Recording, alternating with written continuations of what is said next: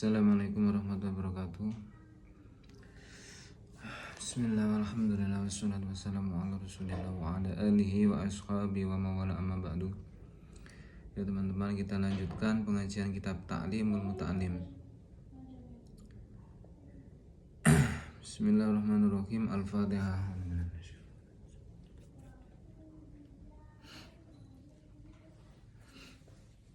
Kemarin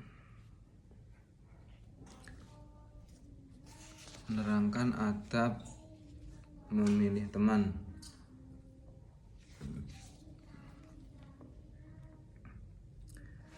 Bismillahirrahmanirrahim. Qala al-mu'allif rahimahu wa ta'ala wa nafa'ana bihi wa bi ulumi wa bi asrar fid darini amin ya rabbal alamin.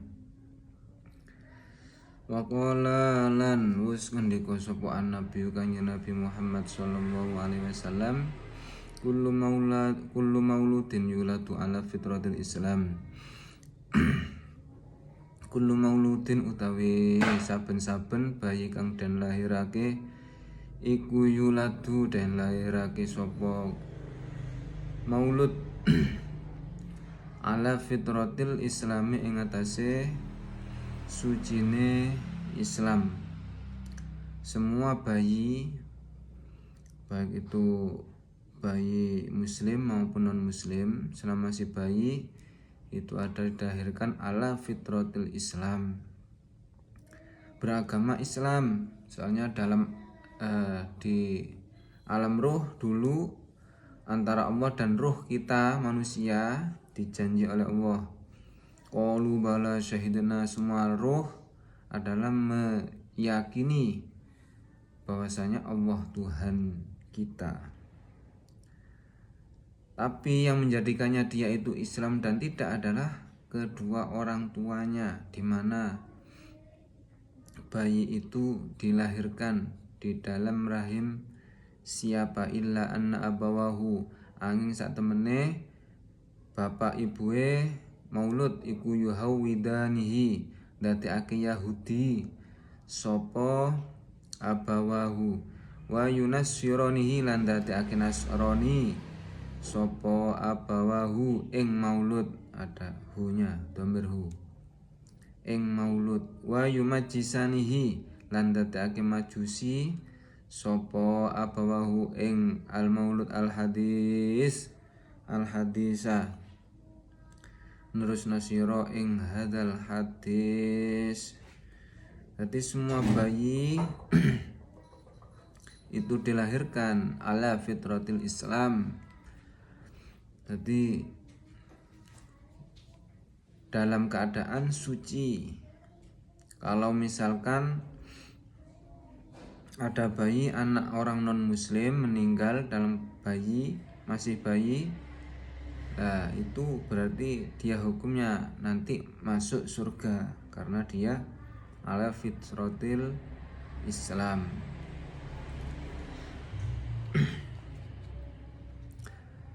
Illa anna abawahu, tadi yang menentukan dia ini nanti menjadi agama apa, Yahudi atau Nasrani atau Majusi atau agama apa saja, itu adalah kedua orang tuanya. Al hadis, ini dalam hadis ya. Yuqalu, dan ngendikake fil hikmati ing dalem hikmah, ing dalem ilmu hikmah. Ilmu hikmah itu ilmu beberapa arti. Ada yang mengatakan hikmah adalah ilmu yang bermanfaat menurut Imam Ghazali. Ada yang mengatakan ilmu kebijaksanaan. Ada yang mengatakan dalam ilmu hikmah bil farisiyati, kelawan bahasa Persia dulu. Persia, kerajaan Persia, sekarang Iran. Ini bahasa Persia, barangkali teman-teman ada yang bisa bahasa Persia, bisa dicocokkan. Cocok apa enggak? Ya robat bat tarbuat azmaribat, kurang lebihnya. Kalau teman-teman punya redaksi lain kata-katanya ya mungkin kurang lebih ya seperti ini. Ya robat bat tarbuat azmaribat bihaqqi dzati baqillahi somad. Ya robat arotar asiwa jahimi. Ya roniku kirona ya binaimi. Bukan bahasa Arab, Persia. Ini maknanya dalam sarahnya, ya robat bat tarbuat azmaribat. Sak temene ini maknane. Sak temene kanca kang ala iku luwih ala katimbang ula kang ala. Sak temene kanca kang ala iku luwih ala katimbang ula kang ala. Jadi ya robat bat tarbuat azmaribat, teman yang jelek, kelakuannya jelek itu lebih berbahaya daripada ular berbisa. Bihaqqi dzati baqillahi somad, kelawan hake zati Allah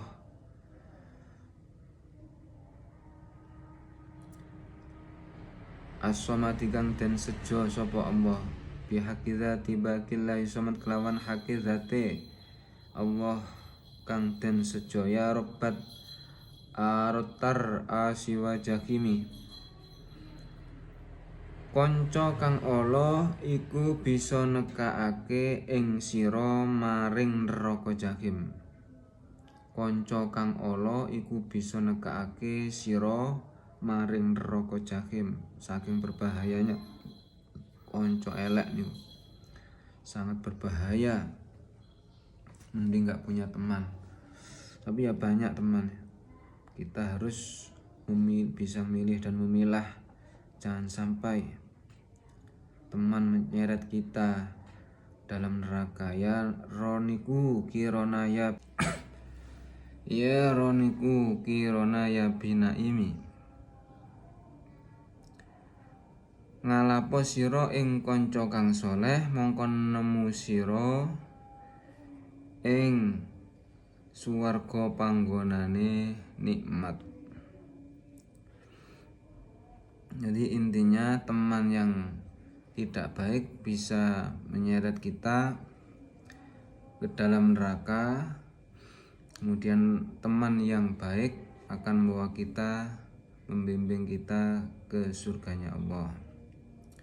Wakila lan dan ngendikake ing kunta lamun ana sira iku tabegi nubrih sira mencari al ilma ing ilmu min ahli saking ahline ilmu, au syahidan utawa wong kang nyekseni yukhbiru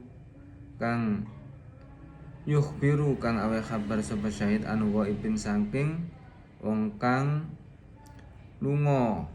Faktabir mongko ngalapo ibarat utawa pelajaran sira al ardo ing bumi bi asmaiha kelawan pira-pira jenenge bumi. Semuanya ada ilmunya atau namanya. Bumi saja, tanah yang ditumbuhi rumput sama yang ditumbuhi pohon jati itu beda namanya. Ada hutan, ada rawa, ada padang rumput, ada gurun, sama-sama buminya, tapi namanya beda. Itu sama dengan ilmu. Nanti ilmu itu sangat luas. Wa tabir lan ngarapo pelajaran sira aswaqiba ing kanca biswaqibi kelawan kancane.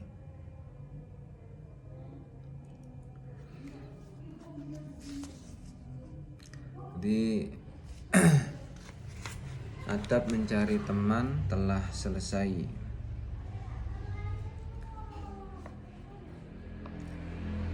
Pasal selanjutnya adalah menerangkan tentang mengakukan ilmu dan ahlinya. Faslun utawi iki kono fasal suci fi ta'zimil ilmi ing dalem nerangake ngagungake ilmu wa ahli lan ahli ilmu. Ini tentang mengakukan ilmu. Kenapa ilmu harus diagungkan dan ahlinya ilmu kenapa harus diagungkan? Karena al ulama warasatul anbiya. Ulama adalah merupakan warisan para nabi ilmunya. ilmu agama juga harus dimuliakan, tidak boleh diremehkan. Iklam ngerti sira bi anna thalibal ilmi kelawan sak temene wong kang nubre ilmu iku layanalu ora bakal merkoleh sapa talib al ilma ing ilmu, walayan tafiulan ora bakal ngalap manfaat sapa talib bihi kelawan ilmu illa bi ta'zimil ilmi angin kelawan ngegungake ilmu wa ahlihi lan ahline ilmu. Seorang santri tidak bisa memperoleh ilmu dan tidak bisa memperoleh manfaat ilmunya kecuali dengan mengagungkan ilmunya. Mengagungkan ilmu itu berarti ya termasuk mengagungkan kitabnya, tidak boleh taruh sembarangan bawahnya.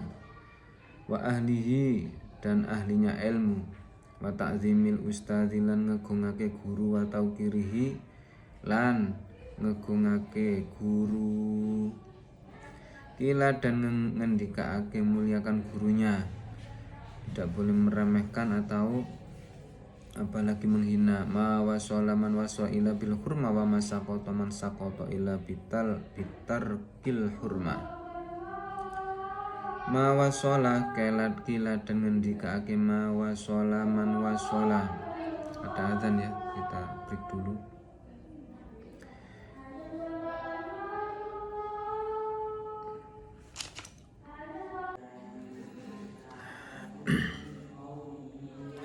Ma wasala man wasala illa bil hurmah wa ma saqata man saqata illa bitarkil hurmah.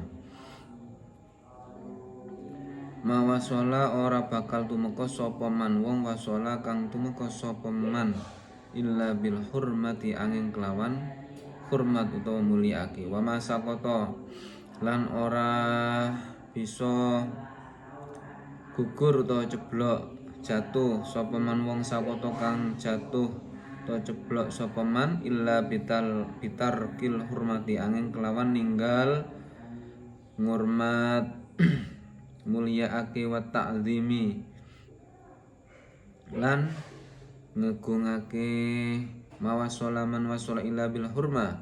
Seorang tidak akan sampai pada puncak kesuksesan atau maqama mahmuda kecuali dengan hormat, menghormat. Wa masaqata man saqata illa bitarkil hurma. Seorang bisa jatuh karena tidak mau atau meninggalkan menghormati dan mengagungkan guru dan ilmu maksudnya. Wakilah lan dan ngendikaake. Contoh yang paling masyhur adalah Nabi Adam dan Iblis. Dulu Iblis sebelumnya adalah Izazil, penduduk surga, penghulu malaikat, gurune malaikat. Dia itu ahli ibadah,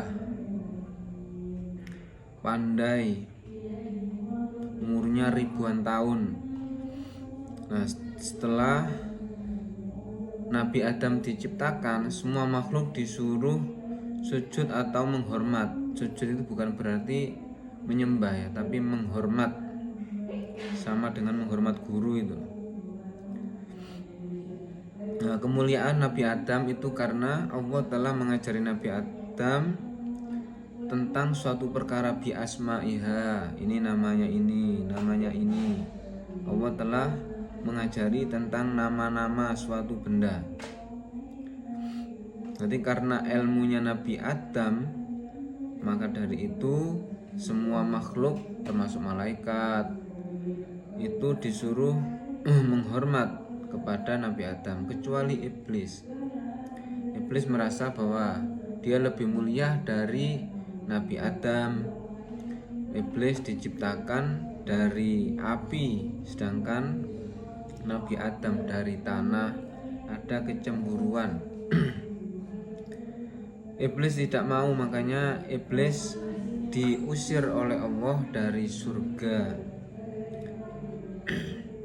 Sampai sekarang Iblis dendam dengan Bani Adam, anak turunin Nabi Adam, termasuk kita-kita. Itu banyak yang jelomprongno, banyak yang disesatkan oleh iblis. Ada setan, ada iblis. Jadi iblis umbahe setan. Profesor doktori setan. Karena kesalahan sedikit saja iblis diturunkan oleh Allah dari surga, dilaknat oleh Allah. Iblis itu kan artinya iblis, jauh dari rahmat Allah. Nah, kita sama dengan disuruh untuk mendengarkan nasihat-nasihat para ulama, kalau dulu para nabi. Tapi banyak manusia yang tidak iman atau tidak percaya dengan para nabi. Di Yasin itu kan ada qalu ma antum illa basyarum misluna. Sama, zaman dulu zaman sekarang itu alasannya sama. Hei para nabi, hei para ustadz, para kiai, kamu itu manusia sama dengan saya. Kamu makan nasi, saya juga makan nasi. Nah itu dari zamane dulu sampai sekarang itu sama alasannya, podo mangan segone. Tapi maksudnya Allah adalah kita menghormat karena ilmunya Allah. Sama manusia saja kita harus menghormati, menyayangi sama hewan. Irhamu man fil ardi yarhamkumur rahman yarhamkum man fis sama.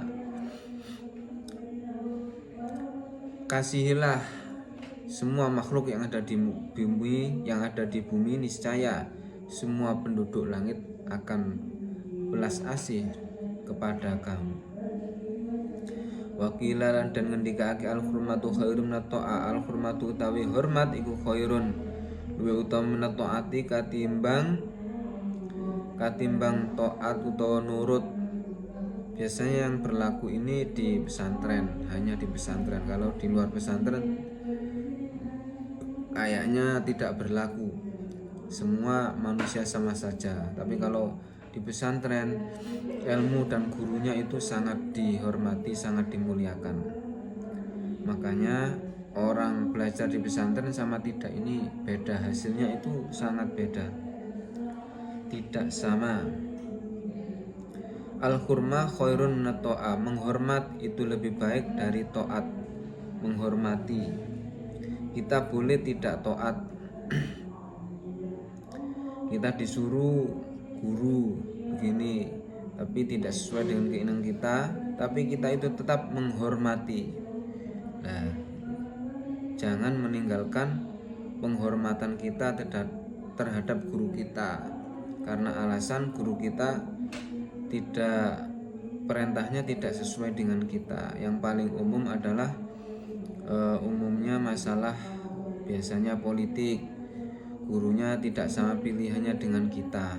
Itu tidak boleh menghina atau mencaci maki guru atau ulama. Biarkan semua orang punya dalil masing-masing, punya alasan masing-masing. Ala taro opo to ora weruh sira annal insana ing sak temene menungso iku layak furu ora bisa kufur utawa kafir sapa insan bil maksiati kelawan maksiat. Wa innama yakfuru lan aing pestine bisa kafir sapa insan bitarkil hurmati kelawan ninggal hormat. Nah, ini seseorang itu tidak bisa kufur sebab maksiat.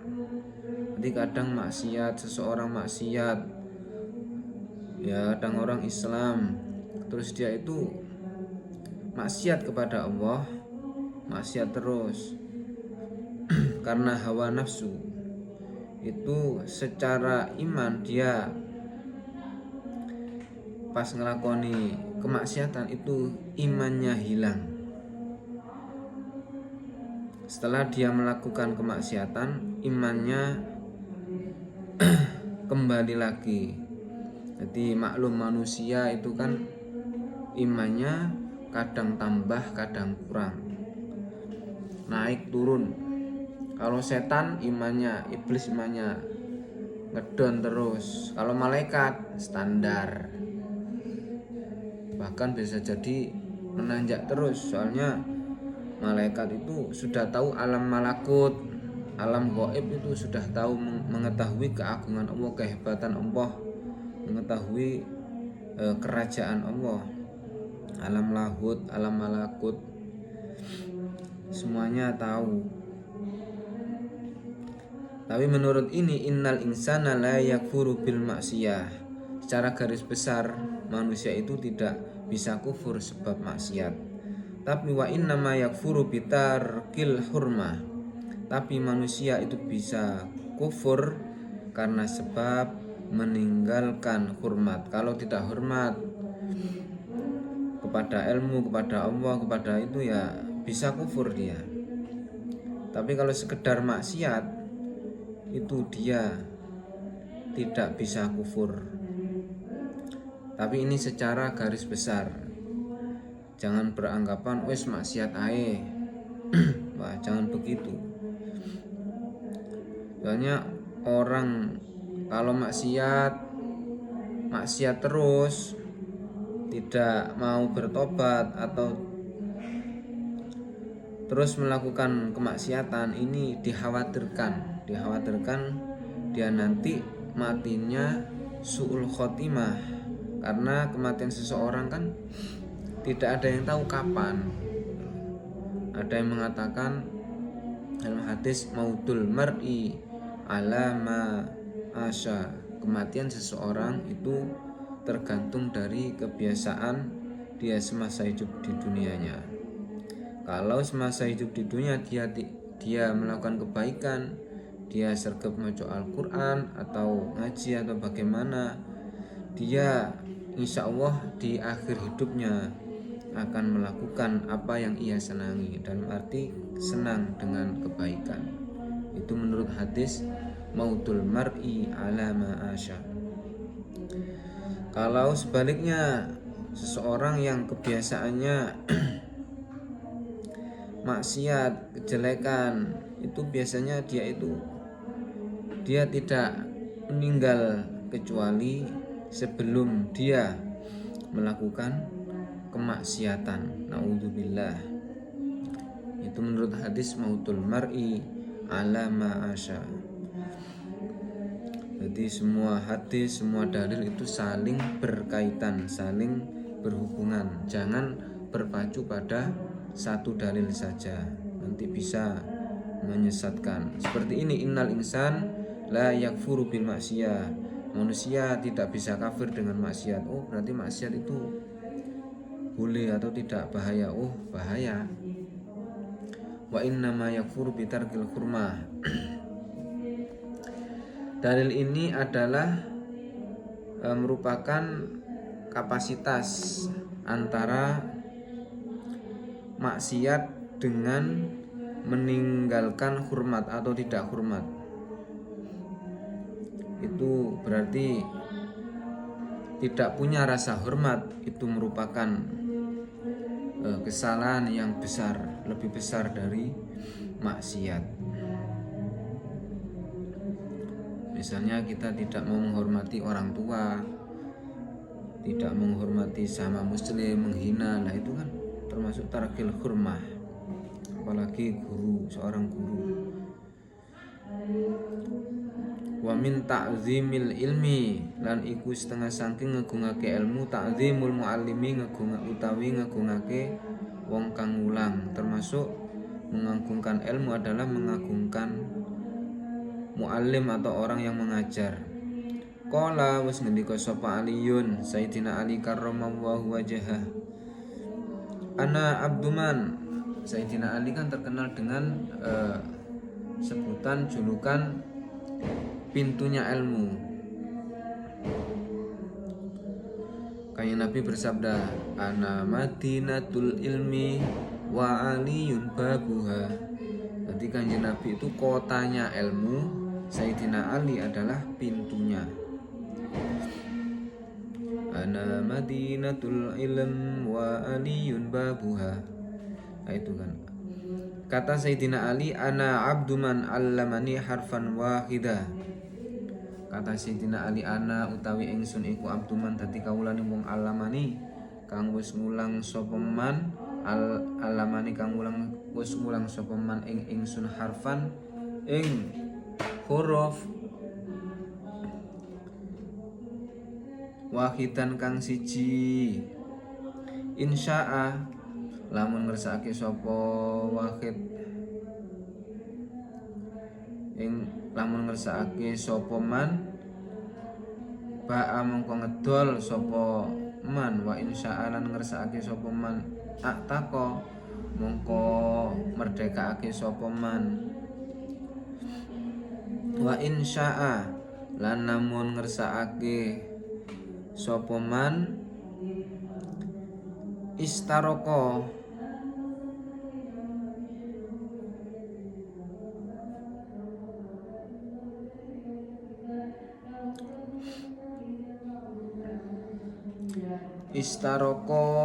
apa maknanya ini?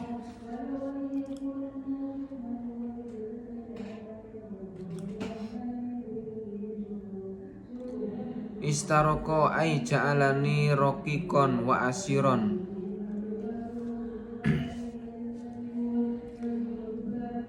Istaroko mongko ndadekake kawula utawa budak lan tawanan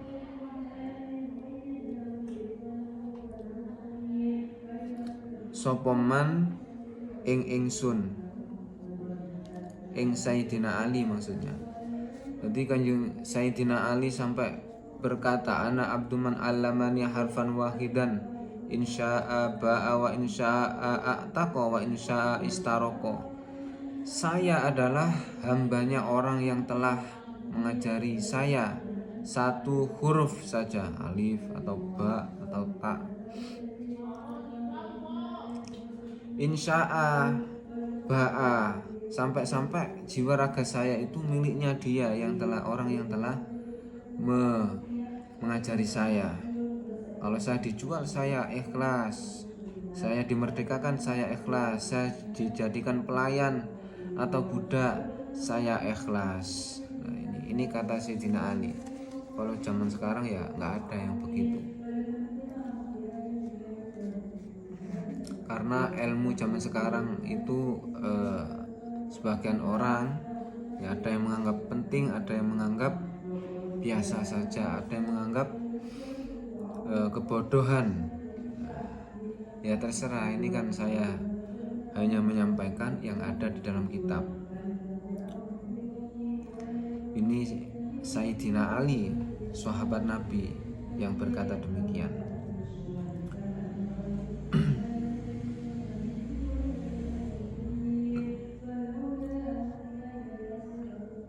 Kadang ini sangat berlaku di pondok pesantren. Ada istilah juru masak, ada yang membantu kiai ke sawah, ada yang disuruh berdagang. Nah itu nggak apa-apa. Saya itu dulu mengalami semua itu. Ya nggak apa-apa, dan saya tidak pernah bercerita tentang kepayahan saya sewaktu di pondok. Biasa saja, kita tidak boleh mengeluh, kita hanya berharap ridho Allah. Gitu. Ke sawah, memasak, jualan, saya melakukan itu semua, tapi nggak apa-apa. Biar Allah yang mengatur sendiri. Tidak ada namanya guru itu jelomprongno muridnya ke dalam kerusakan. Itu guru yang benar-benar guru zahir batin, guru yang benar maksudnya. Wa qad unsitu,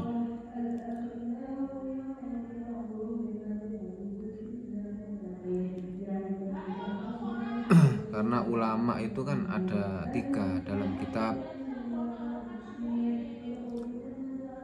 Dalam suatu kitab terangkan ada ulama zahir, ulama ilmu syariat, ada ulama batin. Ulama batin itu ulama ma'rifat, hakikat. Ada ulama zahir batin. Itu nanti kita jelaskan pada bab selanjutnya. Pada bab 2 ini bab 1 saya kira cukup sekian. Kurang lebihnya kami mohon maaf. Akhirul kalam, assalamualaikum warahmatullahi wabarakatuh.